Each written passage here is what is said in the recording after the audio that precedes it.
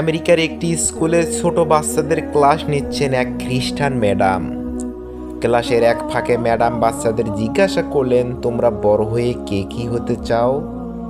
সবাই এক এক করে বলতে লাগলো, আমরা পাইলট হব, চাঁদের দেশে যাব।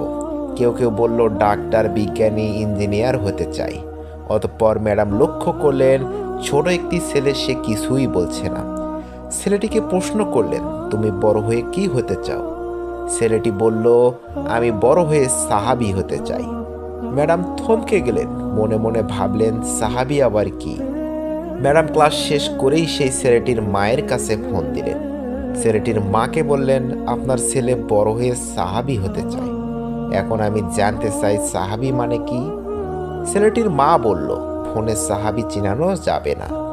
আপনি যদি বাসায় আসেন আমি বুঝিয়ে দেব। অমূল্য হেদায়েত যেন সেই খ্রিস্টান ম্যাডামকে হাতছানি দিয়ে ডাকছে।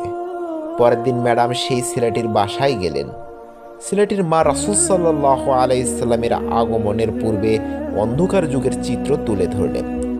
নারীদের অবমাননা, দুর্বলদের প্রতি সবলদের অত্যাচার, মারামারি, ঝগড়া, বিবাদ ইত্যাদির কথা বললেন।